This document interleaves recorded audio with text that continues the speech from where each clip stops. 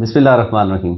मैं हूं doctor Syed Ali Rukh Pirzada, consultant rheumatologist and assistant professor of medicine, Quaid-e-Azam medical college Bahawalpur. मैं Bahawalpur city hospital में एज र्यूमेटोलॉजिस्ट और मुल्तान में मुख्तार शेख हॉस्पिटल में कंसल्टेंट र्यूमेटोलॉजिस्ट के तौर पर सर्विसेज अंजाम दे रहा हूँ। एक ऐसी बीमारी जिसमें जिल्द का सख्ती हो जाती है और साथ के साथ उसकी जो उंगलियां हैं हाथों की और पैरों की, उनका रंग तब्दील होता है।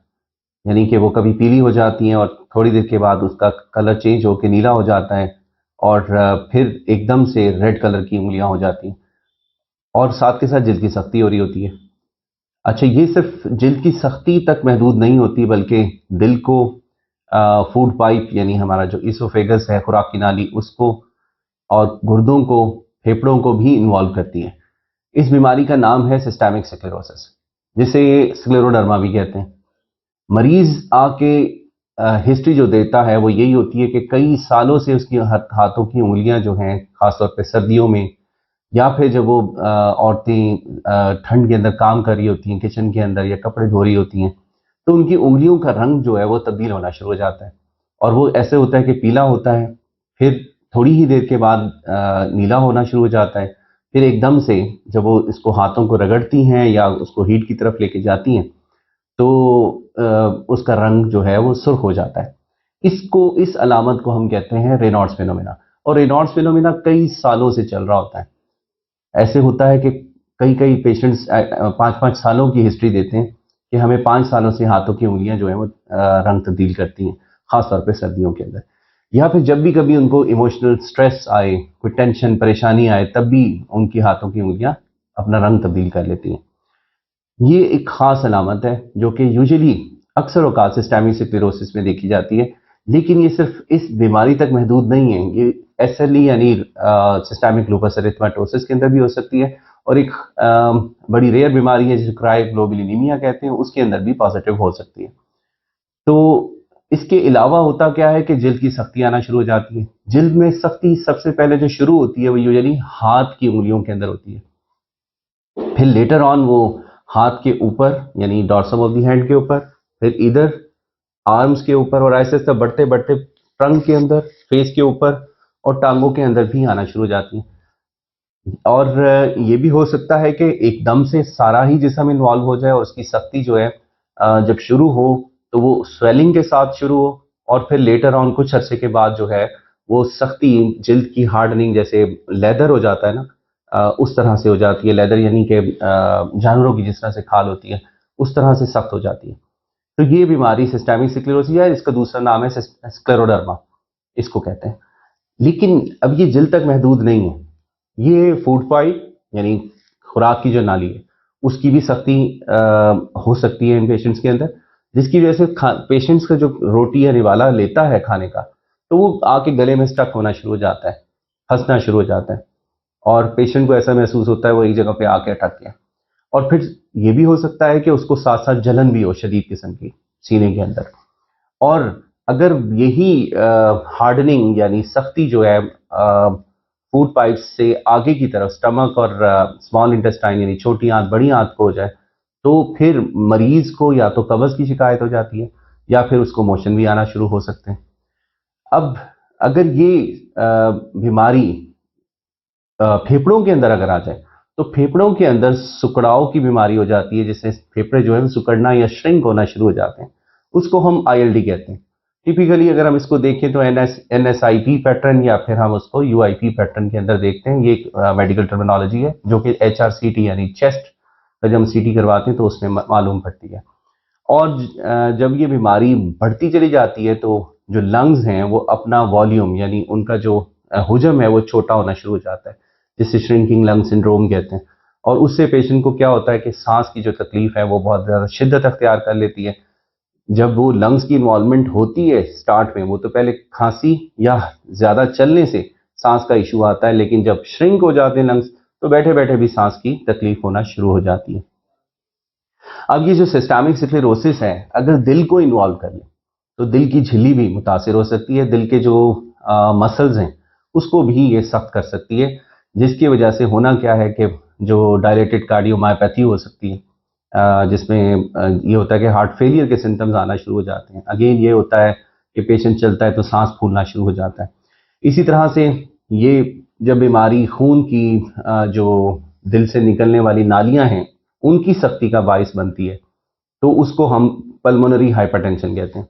उससे पेशेंट बहुत जल्दी थकावट का एहसास करने लग जाता है, तो ये भी अलामत आ सकती है। इसी तरह से जोड़ जो हैं इस बीमारी के अंदर सूजना शुरू हो जाते हैं, या सिर्फ ये होता है कि सुबह के टाइम उसको दर्द बहुत ज़्यादा होता है, अकड़ाव होता है जोड़ों के अंदर, मुठ्ठियाँ बंद नहीं हो पाती और बाजू का जोड़ सूज भी जाते हैं। शुरू शुरू के अंदर जब बीमारी स्टार्ट ले रही होती है, तो उंगलियों के रंगत तब्दील होने के साथ साथ ये जो उंगलियों की मोटाई है ये बढ़ना शुरू हो जाती है। इसको हम पफी फिंगर्स कहते हैं, पफी फिंगर्स। अब रेनॉल्ड्स फिनोमिना, पफी फिंगर्स, ये शुरू की अलामत हैं। अब जब रेनॉल्ड्स फिनोमिना ज़्यादा अपनी शिद्दत अख्तियार करता है, तो उसके उंगलियों के अंदर ना छोटे छोटे से अल्सर्स भी बन सकते हैं, और जब अल्सर्स हील कर जाते हैं तो वो स्पॉट्स, पिट्स बन जाती हैं, यानी कि ऐसे लगता है जहाँ से यहाँ पर किसी ने सुइयाँ मारी हुई हो और उसके निशानत रह गए हो। तो इस तरह की अलामत मिलती हैं। फिर जब चेहरे की जल्द इन्वॉल्व होती है, तो पेशेंट यूजुअली कहता है डॉक्टर साहब मेरे जो है ना फेशियल फीचर्स जो हैं वो बदलते चले जा रहे हैं। जैसे उसकी नोज जो है वो बहुत तीखी सी हो जाती है, उसको हम बर्ड बीक नोज कहते हैं। माउथ ओपनिंग जो है वो रिस्ट्रिक्ट हो जाती है, छोटी हो जाती है, मुंह पूरी तरह से खुल नहीं पाता। यूजुअली हम ये अगर 3 फिंगर्स अपने मुंह में डाल के देखें तो ये अंदर चली जाती हैं, लेकिन जो सिस्टेमिक स्क्लेरोसिस के पेशेंट्स होते हैं उनका माउथ अपर्चर जो है वो छोटा हो जाता है, प्रॉपर ओपन नहीं हो पाता, तो रेस्ट्रिक्टेड माउथ ओपनिंग हो जाती है। इसी तरह जो फेशियल एक्सप्रेशंस हैं, जैसे ये लाइनिंग्स होती हैं, ये यहाँ पर और चेहरे के ऊपर या माथे के ऊपर यानी पेशानी के ऊपर तो ये गायब हो जाती हैं चेहरे की जो लाइंस हैं, और जो माउथ के इर्द गिर्द है यहाँ पर बढ़ जाती हैं, इसको हम फरोइंग कहते हैं। तो यहाँ पर जो माउथ ओपनिंग है इसके अराउंड फरोइंग्स हो जाती हैं, लाइंस बढ़ जाती हैं। तो ये तो है सिस्टेमिक स्क्लेरोसिस स्क्लेरोडर्मा की अलामात। जो इसका हॉलमार्क फीचर है वो है जिल्द की सख्ती, जस्ट लाइक लेदर, तो लेदरी स्किन हो जाती है। अच्छा, फिर इस पे खारिश भी हो सकती है जिल्द के ऊपर, और खारिश इस कदर होती है कि पेशेंट जब वो खारिश करता है तो खारिश करने से बजाय खारिश में आराम आए, खारिश और तेज हो जाती है। तो स्क्रैच इच साइकिल हम इसको कहते हैं। इसको अवॉइड करने का तरीका ये है कि ज़्यादा खारिश ना की जाए, बल्कि इसके ऊपर कोई एमोलियंट्स या कोई लोशंस वगैरह का इस्तेमाल किया जाए। अब ये बीमारी किन लोगों में होती है?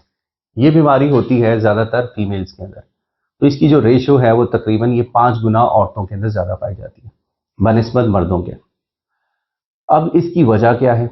इसमें वजह जो है वो ये है कि इसमें जो फाइब्रोब्लास्ट है हमारे स्किन के अंदर, ये खास किस्म के सेल्स होते हैं जो कोलेजन को डिपॉजिट करते हैं स्किन के अंदर, जिससे हमारी इलास्टिसिटी बनी रहती है। तो ये फाइब्रोब्लास्ट हाइपर एक्टिव हो जाते हैं। जब ये हाइपर एक्टिव होते हैं इसका मतलब ये है कि ये ज़्यादा काम करें। ज़्यादा काम करने की वजह से इसके अंदर जो कोलेजन डेपोजिशन है वो ज़्यादा होना शुरू हो जाती है, और स्किन जो है वो सख्ती की तरफ चलना शुरू हो जाती है। और क्या होता है इसमें जो कैपरीज हैं, यानी कैपरीज खून की बारीक बारीक सी नालियाँ, उनकी एबनॉर्मेलिटी हो जाती है, जिससे उनका जो ल्यूमन है वो पहले ही छोटा होता है, लेकिन सर्दी के एक्सपोजर यानी रेनॉल्ड्स फिनोमेनन जैसे हम कह रहे हैं, सर्दी के एक्सपोजर से या इमोशनल ट्रॉमा या स्ट्रेस की वजह से वो और ज़्यादा पिचक जाती है नालियाँ, जिससे खून की सप्लाई जो है उंगलियों के अंदर कम हो जाती है, और इससे रेनॉल्ड्स फिनोमेनन होता है। तो वेजोस्पैज्म हम इसको कहते हैं, तो स्किन का वेसल्स का वेजोस्पैज्म हो जाता है। फिर ये होता है कि जो किडनी है उसके अंदर ब्लड सप्लाई कॉम्प्रोमाइज हो सकती है, और उसको हम स्क्लेरोडर्मा रीनल क्राइसिस कहते हैं। ये एक इमरजेंसी है जिसमें स्क्लेरोडर्मा हो और रीनल क्राइसिस हो जाए, तो ये एक बहुत पैथेटिक किस्म की, एक ग्रेव किस्म की कॉम्प्लिकेशन है, जिसका इलाज अगर फौरी तौर पे ना शुरू किया जाए तो गुर्दा फेल होने के चांसेस होते हैं, और इसमें लाइफ और डेथ वाली सिचुएशन भी आ सकती है।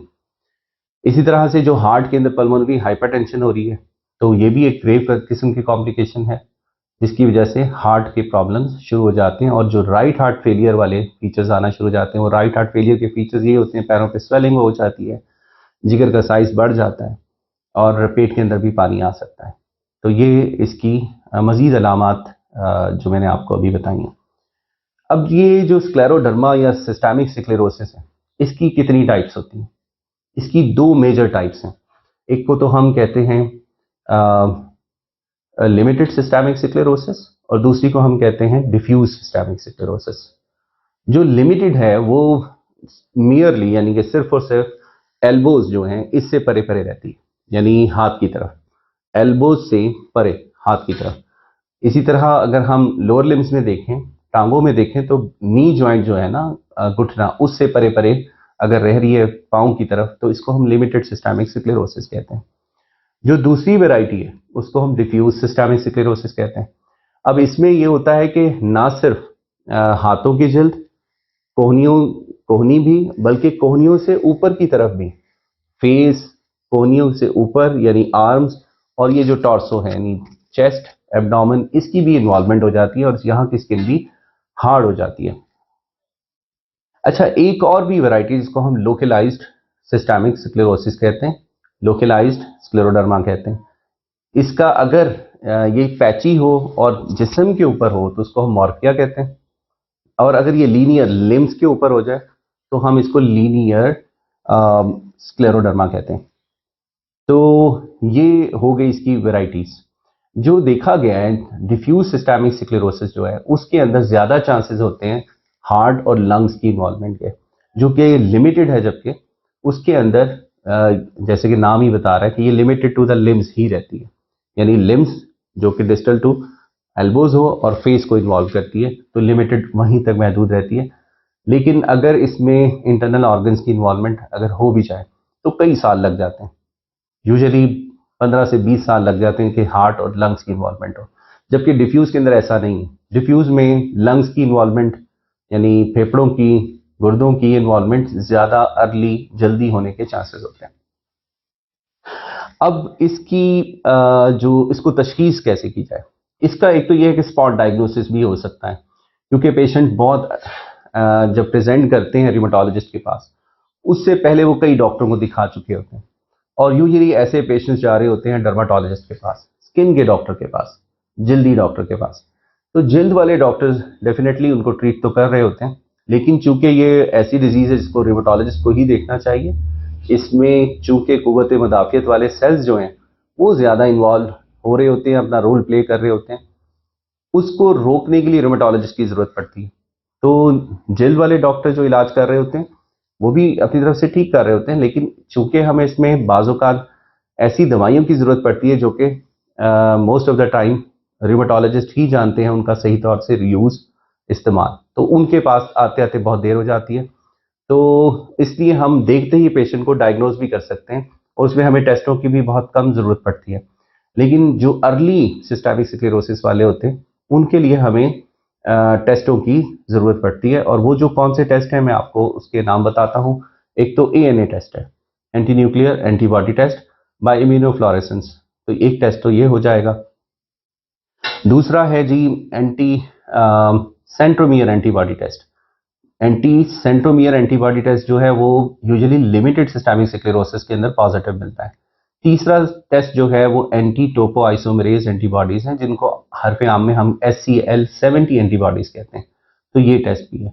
एक चौथा टेस्ट भी है एंटी पॉलीमरेज 3 एंटीबॉडीज टेस्ट। तो ये 4 किस्म के टेस्ट यूजुअली कराते हैं। इनके अलावा हमें बेसलाइन टेस्ट, चाहे किसी को अलामात मौजूद हैं या नहीं है, दिल का टेस्ट भी करवाएंगे, इकोकार्डियोग्राफी, ताकि हम पल्मोनरी हाइपरटेंशन देख लें, राइट हार्ट फेलियर देख लें, और अगर कुछ और उसके अंदर हार्ट के मसल्स की इन्वॉल्वमेंट है तो इकोकार्डियोग्राफी के जरिए हम वो देख लें। जबकि पल्मोनरी हाइपरटेंशन के लिए जो डेफिनेट एक टेस्ट है वो राइट हार्ट कैथेटराइजेशन होती है, वो हमें करवानी चाहिए, लेकिन वो एक बहुत एक्सपेंसिव, वो बहुत ऐसा टेस्ट है कि जिसके लिए हमें पेशेंट को दाखिल करके कार्डियोलॉजिस्ट की मदद चाहिए होती है, उसके लिए तो वो टेस्ट भी ज़रूरी है पल्मोनरी हाइपरटेंशन के लिए, लेकिन हम इकोकार्डियोग्राफी से गुजारा कर सकते हैं। फिर आ जाता है टेस्ट लंग्स को देखने का, उसमें होता है पल्मोनरी फंक्शन टेस्ट।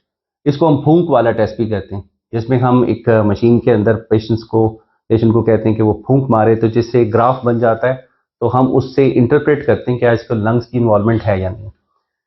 जो लंग्स को देखने का और टेस्ट है वो HRCT टेस्ट है, सीटी चेस्ट, वो हम टेस्ट करवा के उसमें इंटरस्टिशियल लंग डिजीज वाले फीचर्स देखते हैं, यानी श्रिंकिंग लंग सिंड्रोम हो रही है या नहीं, उसको हम पिक करने की अर्ली कोशिश करते हैं, चाहे सिम्टम्स हो या ना हो। क्यों, इसकी वजह क्या है कि सिस्टेमिक स्क्लेरोसिस के अंदर जो सबसे ज़्यादा प्रॉब्लम का बाइस बनती है वो लंग्स हार्ट की इन्वॉल्वमेंट ही बनती है, जो तीसरा ऑर्गन इंपॉर्टेंट है, वो है किडनीज। तो किडनीज का भी हम यूरिन कंप्लीट करवा के देख सकते हैं। बाकी क्रेटिनिन टेस्ट भी हम देख सकते हैं, करवाना भी चाहिए हमें।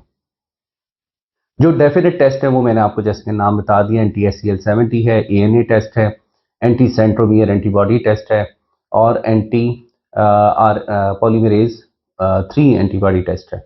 ये टेस्ट करवा देते हैं हम। तो अब इसकी बारी आती है ट्रीटमेंट की। जब हम पेशेंट को डायग्नोज कर कर लेते हैं, उसके टेस्ट भी करवा लेते हैं, तो फिर हम पेशेंट को सबसे पहले तो हम काउंसल करते हैं, उसको उसकी डिजीज़ के मुतालिक बताते हैं।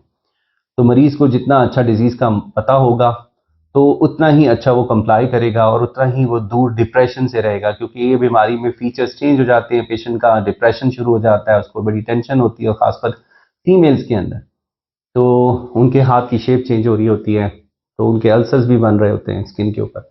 चेहरे की जो बनावट है वो तब्दील हो जाती है, फेशियल एक्सप्रेशन, शक्ल ही तकरीबन तब्दील हो जाती है।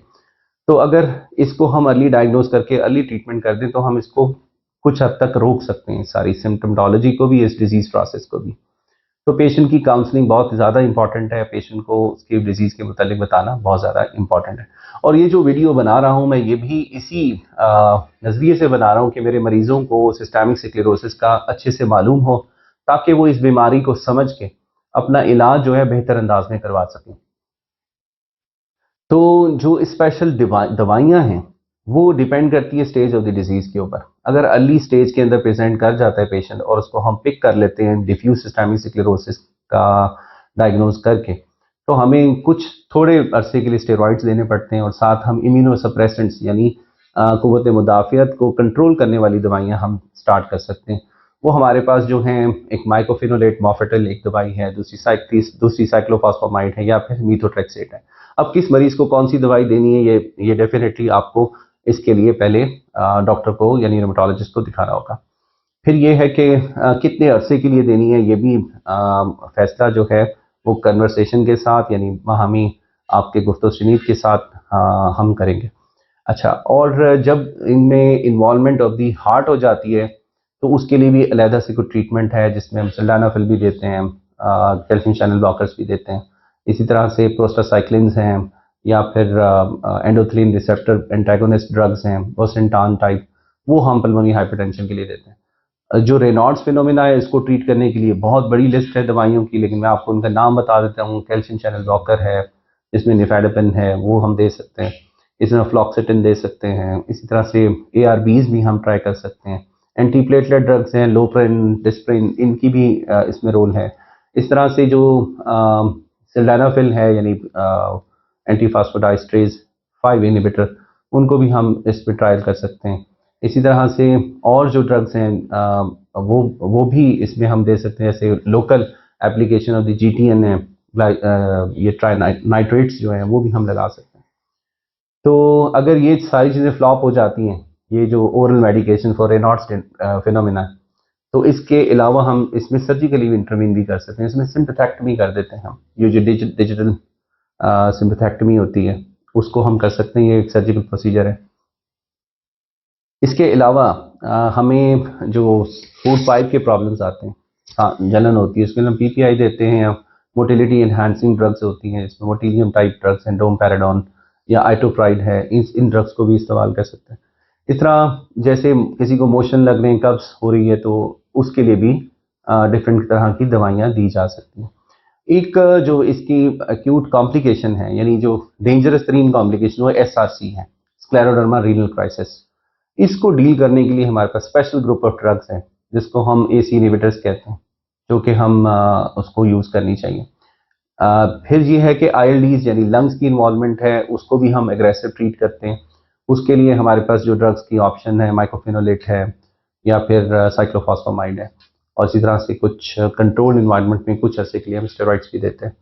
तो ये ड्रग्स हैं, ये लिस्ट है एक बहुत बड़ी, और इसकी हर स्टेप के ऊपर डिफरेंट तरीके से हम इसको पेशेंट को मैनेज करते हैं। अब इसके अलावा जो न्यूअर ड्रग्स हैं, वो भी बहुत सारी अब आ चुकी हैं, और मैं उनको सिर्फ आपको उनसे आगाही दे सकता हूँ कि कुछ हैं जो ट्रायल फेज़ के अंदर हैं, कुछ हैं जो कि अप्रूव भी हो चुकी हैं। उसमें 2 ड्रग्स परफेनिडॉन है, और दूसरी 9-Nintedanib है। ये भी हम ILDs के अंदर देते हैं। इसी तरह रिटोक्सीमैब है, टोसिलिजुमैब है, इनके ट्रायल्स चल भी रहे हैं और कुछ हद तक ये देखा गया कि ये फ़ायदेमंद भी हैं। वेडासेप्ट है, ये कुछ ड्रग्स हैं जो कि हम आईएलडीज़ के अंदर दे सकते हैं।